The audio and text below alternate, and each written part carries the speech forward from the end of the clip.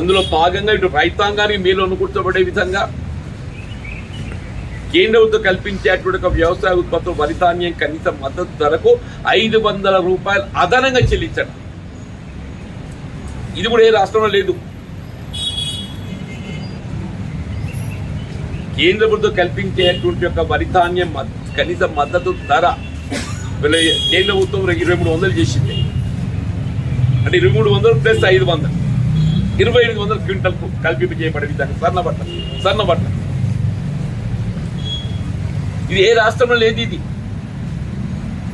కేవలం తెలంగాణ రాష్ట్రంలో మాత్రమే ఇటు రైతాంగాన్ని ప్రోత్సాహం కల్పింపు చేయబడాలి, అటు వినియోగదారులకు కూడా దీంతో వినియోగంలోకి వచ్చే విధంగా ఉండాలనేటువంటి తలంపుతో 1 రుణమాఫీ, 2 పంటల బీమా, 3 వరి ధాన్యం సన్న రకాలకు సంబంధించి పబ్లిక్ డిస్ట్రిబ్యూషన్ సిస్టంలో వినియోగదారులకు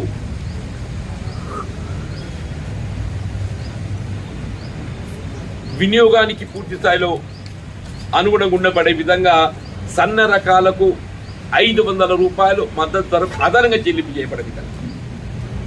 ఈ 3 ఏ రాష్ట్రంలో ఇప్పుడు నేను చెప్పిన 3 దయచేసి మీరు వీళ్ళ పేర్కొనవలసింది. మా వైపు ప్రత్యేకంగా లక్ష్మణ్ గారు వాళ్ళు ఈ ప్రెస్ కాన్ఫరెన్స్ ఏర్పాటు చేయాలని పేర్కొన్నారు. వారు వచ్చే లోపల